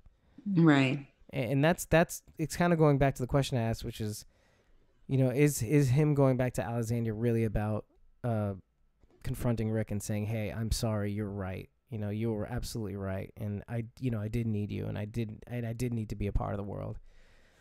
You could hide, but you can't run. Or wait, or I think that's what he said. Yeah, I think that's what he said. Yeah, it's complicated. Yeah. I am interested to see, because I think Morgan is going to be the key again to bringing these guys back, taking them to the next level. But if you saw the season mid-season teaser before this episode aired, you do see that scene where and I forgot to bring up something that I saw in the teaser of last time, but yeah, you do see a scene of him saying, with him having the words on his forehead, I lose people, I lose myself. Yes. So that's interesting. So it seems as though, first of all, it feels like he stays, maybe, or maybe he does start to make his way back to Alexandria. I don't know. And then maybe he starts to feel crazy a little bit. I don't know. I mean, he has a tendency to start going a little crazy. But it's always something that happens, though. Yeah, something that triggers it. Yeah. So I wonder who they lose, maybe? I don't know. I hope not John Dorie. Oh, wow. That would be interesting. That would trigger it for him. You know how we can find out is, I mean, let's put it this way. Instagram. Yeah. Who's currently doing a lot of work right now? I mean, they're done filming, though, anyway, so really doesn't mean much. Right. I was going to say, Garrett Dillahunt seems to be planet hopping right now. Yeah. He's kind of going around the world right now. Yeah. Filling his life up with work. And they know that season 5 is going to film at some point. So yeah, exactly. It's just a matter of when they start shooting and whether Garrett Dillahunt is still hopping around the world. And then we'll have the answer. Right. Wow. I would hope not. That would break my heart. Do you think June and John Dorie, do you think the idea that John had about going back to the cabin, was that a good one, do you think? Because throughout this episode, we're talking about old habits, right? Mm-hmm. And June was saying about, I don't think that's who I am anymore, and will he be in love with the person I am now? But I think you can accuse John of doing the same thing. Now, maybe the cabin was who you were, what you needed to get away from society, right? Because of the thing that he did with the robber. Mm-hmm. Is that John Dory anymore? Probably not, but it's all that he knew, you know? So, I mean, he automatically kind of defaults to that cabin. It's my personal opinion. I feel like he just kind of defaults because it's all he knows. Do you think it's a good plan? I mean, obviously, like that cabin was not immune to attacks, clearly. Right. So From all I the don't trash washing up. right. I don't know if it's the safest place to be, but at the same time, where is it safe? I don't know. Hmm. I wonder if it's a good plan. I think they really should just stick together and stay near each other. Yeah, definitely. Like with all the issues that they have with each other, they're kind of all they have, really. I mean, as much as they don't want to let Charlie be in the same McMansion, like Right. okay, at least be nearby. Right. I mean, it's good to have people to, and maybe that was her mistake. I mean, maybe Mel was right about big communities and stuff like that. And also that kind of does spill over to The Walking Dead, by the way. Like maybe having these big communities is a bad idea. Maybe it's not about that. Maybe it should be just these little patches of little tinier communities. Because Daryl says that, by the way. Yeah, Do you Daryl remember? does. Yeah, he does. He says that, this doesn't feel right. Like this big kind of like multiple groups kind of, he preferred it when it was just the small group of them on the road. Yeah, exactly. So that's it. That's interesting too, huh? Yeah, maybe they're right. Maybe Mel is right. Maybe this is what happens to big communities. Maybe you got to spread out a little bit. Yeah. That's interesting. Maybe that's Something a commentary on The consider. Walking Dead too. Yeah, something to consider. Let's see here. Squad. Yeah, I mean, there's not much left really to talk about in this episode. I mean, revenge is what binding them together, falling into old habits, trying to figure out who they are. Yep. It's a good setup episode. Let's put it that way. I think so. And then from there, they can just jump up and do like crazy things, like which obviously is going to be happening with Alicia and Charlie next week. Little Hitchcock Presents episode in my mind. Yeah, definitely. Sneak peek. Yeah. Okay. So also, I wanted to talk briefly about Chris Hardwick's tearful return. I want to get your impressions on that. I thought it was very heartfelt. Heartfelt. Did you feel something? Did you start tearing up too? Well, I don't know if I teared up, but I did think it was very heartfelt because I think it was very well said by him. The way he delivered his, and I think I saved it actually. I'm trying to. I feel like I did. It? No. There was a still shot with kind of what was it, subtitles. Oh yeah, I have something of what he said. Oh, okay. Or a caption of what he said. Oh, so you wrote down what he said. Oh, okay. I think here what he says is, I want to say I'm so appreciative to be standing here right now, and I want to thank you, the Walking Dead community, for all of your support these last couple of months. I've said the following words a million times, countless times, and yet I've never been more thankful than I am at this very moment to say to you that I'm Chris Hardwick and this is Talking Dead. And I think that's a pretty good intro. That is very I was like, wow, that is, very compelling because, you kind of take things for granted. And I think that this experience, obviously, whatever happened with this ex-girlfriend, obviously wasn't substantiated enough to the point that they could really do anything about it. There just wasn't enough there. Yeah. Based on their investigation. Based on the investigation. From what I'd heard about what, was it Lombard and Lombard that conducted the investigation, is that I don't know if this is, I don't have definitive proof that this happened because I hadn't read definitive proof, but it seems as though when they confronted Chloe Dykstra, about this, that she didn't, she refused to cooperate with them. Mm-hmm. Which, and again, I rarely give my personal opinions on something when it's even like me personally talking to somebody. So I don't have any commentary on that, and I won't. But what I will say is what it feels to me is that what it feels like it amounts to, maybe as a result of the investigation, maybe the result of AMC's decision, let's say as a result of the investigation, is that we got an eyeful of a relationship that was not good. Right. And, you know, in the court of public opinion, you know, the verdict can go any which way. And Right. I can see that, and there are clearly people who left the Talking Dead crew. Mm-hmm. I read about from that. a producer, I think at least a producer, and a handful of crew members. Like really not that much actually. No. But a lot of those papers that kind of like to blow things up say, oh, a large handful. It was like really like it was, I think, like 6 plus a producer. Yeah, I mean, in a crew of like hundreds, maybe 100 right. or so. I mean, it's like, come on. It's like a small percentage, but Right. but you know, but regardless, it's kind of like, you know, it feels like though I can easily see people still being kind of upset with Chris Hardwick, and I'm not one of those people. I'm not. I judge on evidence.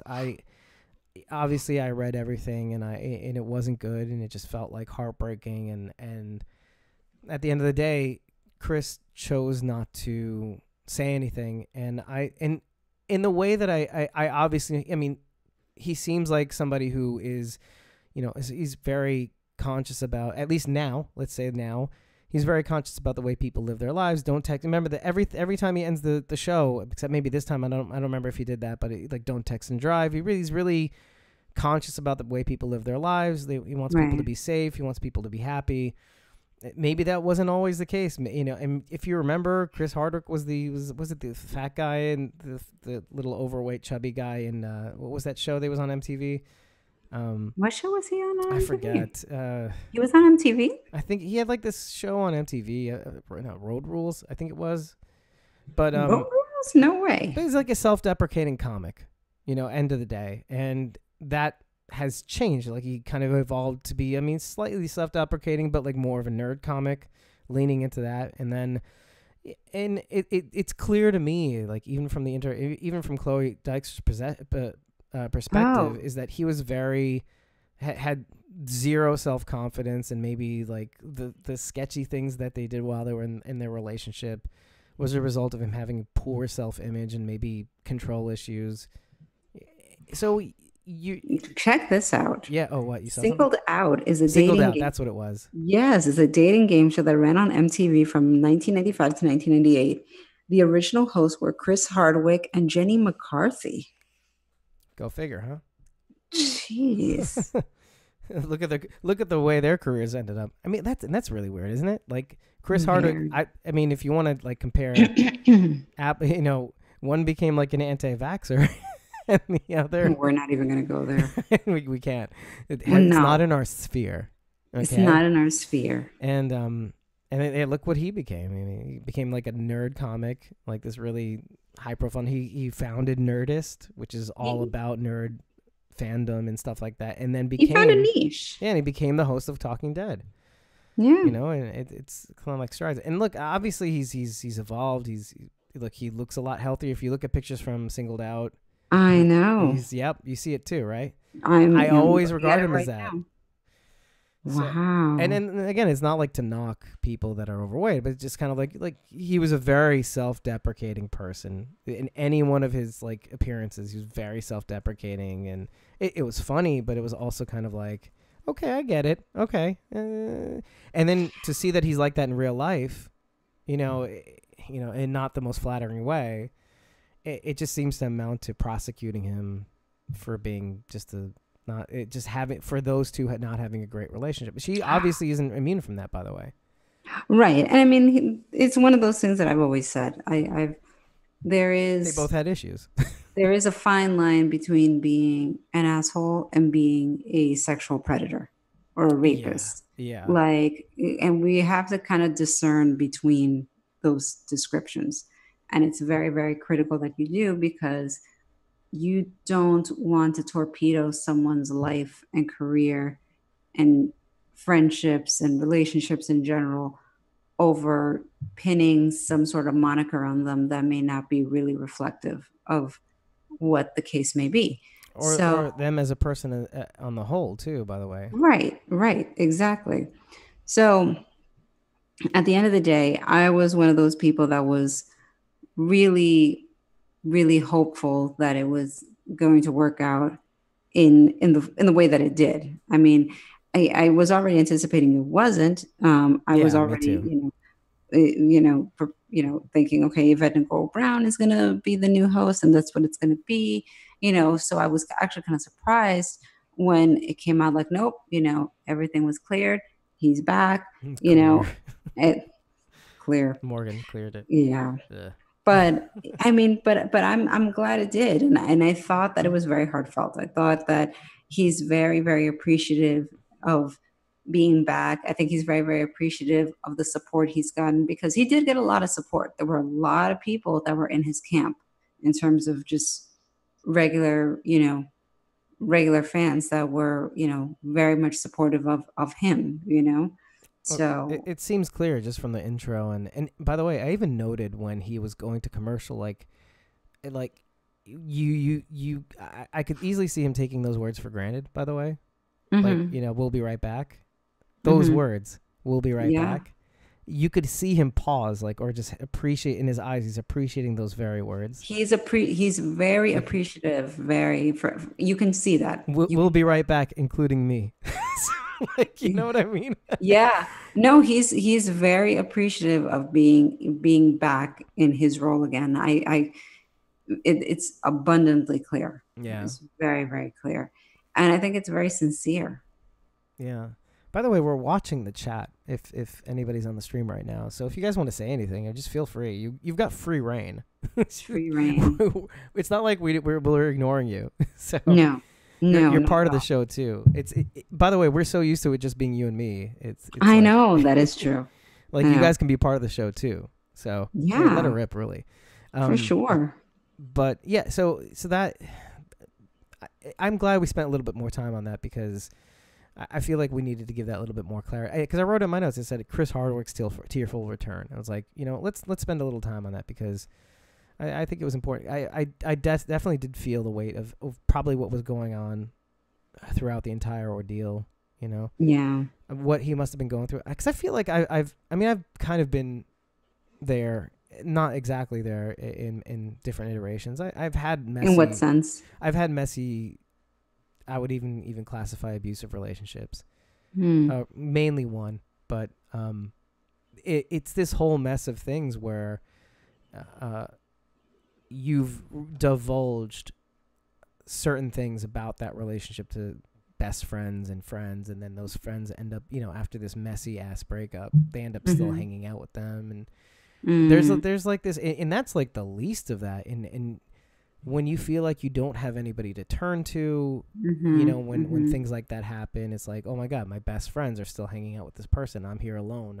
Mm. I'm staying at home alone when they're like going to parties, and you see pictures from those parties on Wow. Facebook or Yeah. something. Like, it's kind of Yeah. like Yeah. this real. And then like you try to magnify that by 1,000. That's Chris's, and they're posting that stuff online. They're Right. in her corner, and all that stuff. Oh And you're yeah. kind of Yeah. like, I know I wasn't an angel during this relationship, but like this could really seriously mess up the things that I worked really, really hard to Right. build. I'm being Yeah. prosecuted for my personal relationship with this person who wasn't Right. perfect herself. Right. She Exactly. really, as much as I think she did reveal her position many times, that she Mhm. explained where she was coming from. She had issues. She had, you know, I'm not I'm going to go into all of it, but it's Mhm. clear that she had issues of her own that she was tackling with. And so his issues and it just seemed like two people that had their own, types of personal issues being Right. together. And it wasn't just it just wasn't healthy relationship for either of them. They just needed to Yeah. be not with each other.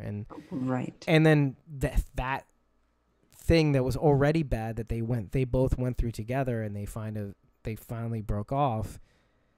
That was hard enough, but to have that spill over into what you The tried to public accomplish on realm. your own, yeah, Yeah. that's Yeah, that's that's the a thing. I mean, nightmare. we as people go through these things, but it's not put on the public realm and magnified, with a spotlight for everyone to judge. And meanwhile, they had to go through this very, very public ordeal, you Right, know? right. The thing that they already went through, they have to relive again. Right. And not only that, based on everybody's the what is it, the public, the public opinion, basically the judges of public opinion, Mm-hmm. that is the measure of which you get to keep your career. And that's Yeah, crazy to me. it is. It is. But Judges not it's, lest you be judged, right? Ooh. yeah, yeah. And it's tough to It's, talk about because obviously you and me, we both care about, you know we care about, like, we don't want people to be harassed. We don't want people to be no. psychologically tortured and whatnot. And I mean, you more than I know the day-to-day of women, what they have to go through. And it's hard enough. Yeah. But, it's worse when the issue kind of gets sidetracked a little bit too. Right, right. When okay, it's kind of like what you were talking about the other week. Okay. You were talking about how there are just some things that I can't, having kids, to spin my wheels on. Right. This Right. kind of doesn't this isn't really contributing to the overall cause. This is really taking away from it, right? No, exactly. In some ways, I mean, it's a good conversation to have, but when But there's it's not a enough, cautionary tale. I mean, you yeah, can use it as a cautionary tale of saying, like, this is an example of what is not part of this cause. This is a bad relationship, is what it was. And that sucks. A bad relationship is not good. But, again, you can't just lump sum all, it's one of those things that I've always kind of had a real issue sometimes with the because you have you kind of adore celebrities too, right? You follow them and you get involved, sort yeah. of, right? Yeah, I mean, I follow, like, I mean, certain ones, Right. obviously. But I mean, my issue is more like, yeah, I've met women who, to me, are the worst examples of Oh my god, people who like to call themselves a feminist. I Um, see what you're saying. because they lump kind of all men as one and the same, as just evil, and they're just this and whatever. And I think it's very ignorant and one dimensional to basically just kind of look at all men are this or whatever, because it's like, I don't want men thinking, oh, all women are that. Like, I wouldn't want that. I know that I'm the exception in many things that maybe are, statistically more women.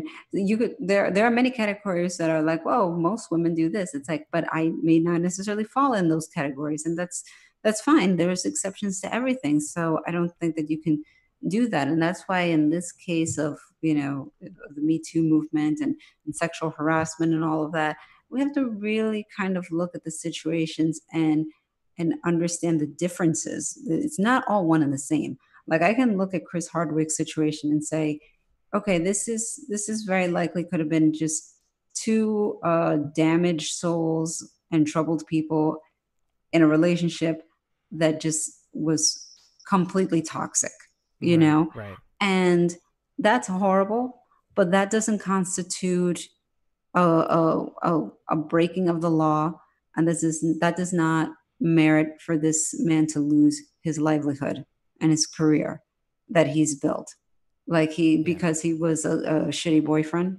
You know what I mean? It's Mm. like, it's not, it doesn't make any sense.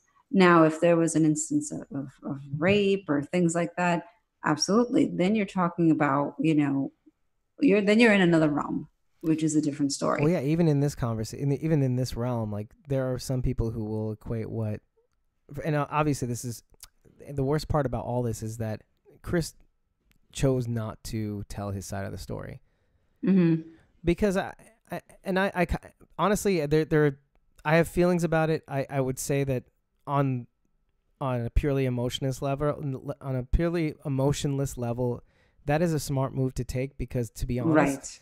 and I think there's two sides of that. One is that I think there is a part of him that regrets some of the things that he did in that relationship, Right. and so he feels like, you know what, nothing I say is going to change the wrong that I was making, the wrong choices I was making during that relationship. Right. Yeah. But number two is that, you know, my impression of Chris Hardwick is that he is a feminist. You know, Yeah. in I don't know, maybe let's say the classical sense of the word, right? Right. That he does believe that there's harassment is there, that there is some sort of bias. There's a generalized bias when it comes to women, let's say in the workplace, when they're women in the street, women in conversation, that there is something like that. And then we need to focus on, maybe if we see things like that, or keep our eyes open to kind of adjust our dials and maybe behavior in some ways to kind of reverse that, or level the playing field, things like that. You know what I mean? Right. So right. I do sense that he is that. So I think part of doing that is to allow, and maybe part of the Me Too movement was to, let's listen first. Let's try to understand, and maybe converse about it and see how we can do better. And so I think the tack that he was taking on that side of the coin is that, you know what, let's just let her say what she needs to say, and Right. but then when the hammer started dropping, it's kind of like, do I let this still continue? I was like, you know what, yeah, I'm going to stick to that principle, and Don't engage because honestly, it doesn't help. It's not going to. I will accept my fate as a result of this. And it's kind of like, okay, he's falling on his sword. That's interesting. Yeah. I from everything that I read, I saw no desire on his part to challenge it. I think he was kind of, you know what, at least let's at least do some sort of investigation. I'm open to that. I will talk to whoever I need to talk to. AMC gave him a chance. And to be honest, we both were on the same page. We both thought, okay, this isn't going to go well, blah, blah, blah. I mean, this usually doesn't go well when there's an investigation of some kind. It's kind of like, well, yeah, goodbye. So, yeah. But to see that it didn't, and he was fully cooperative and all that stuff. I thought that's pretty interesting that he resigned himself. So I think it was a good approach. I think it was the right way to handle it. Yeah. I think he handled it appropriately. Yeah, I think so. Like professionally, he handled it, I think, very well, and even as from the feminist perspective, let's say, I think he handled that in that respect too. I think he held to his new principles. I guess if you want to compare it to the episode that we watched, I think he's refusing to fall back on his old ways. Yeah. So that's kind of poignant. In some respects, like he's embracing the Madison way of charity and letting people in and saving people, and he's kind of just letting things come what may, and in this instance, it was the right choice to make, and he was fully cooperative, and he had nothing to lose. I mean, he had what to lose, but he's kind of like, if I lose it, I lose it in the name of doing the right thing, at least. I complied. I had faith in the system, and I fully expecting to lose that position, the thing that he worked for and perfected. Like, if that's how it's gonna be, that's how it's gonna be. So I mean, to be vindicated like that though, man, wow. No, I was very happy for him. Yeah. I was sincerely very happy for him. But this isn't the hashtag Me Too channel. This is Squawking Dead. I know, but we cover so many topics. I mean, because listen, Walking Dead isn't just a bunch of zombies. I mean, it's a lot going on here. It's reflective of today's world. Yeah, exactly. I mean, from our first few episodes where we started tearing apart season 8 of The Walking Dead, we were already comparing it to politics, to to what we need to do as people to get together, to let it go, to have conversations, to not stick to our tribe, and to really start. I mean, we can disagree with each other, but at the end of the day, we have to live with each other. Yep. And we've been taking these lessons, harsh as they are sometimes, that we have to kind of bring to our own lives. Yeah. And if that's not a good note to leave off on, I don't know what is. I don't know what is. I think that's very fitting. So, how about with that, everybody? I think we're gonna call this an episode. I think so too. I think I'm ready for the next episode. See what comes from Alicia and Charlie's, you know, confrontation. Yeah, I am. I don't know what to expect, to be honest. I don't know either, but I'm looking forward to it. Yeah, same here. I think there's only action from here on in, and maybe some comedy. Thank you, Mo Collins. Yeah, I know. It's a moment of levity, right? Yeah, I can't wait for that moment to happen. Maybe this episode, maybe the next one. I don't know, but I'm on the edge of my seat because I don't know what's going to happen next. I know. It's like I don't know how this is all fitting in, but I'll be very curious to see. Yeah, same. And I think with that, everybody, we'll catch you next week. Awesome. See you all next time. Bye.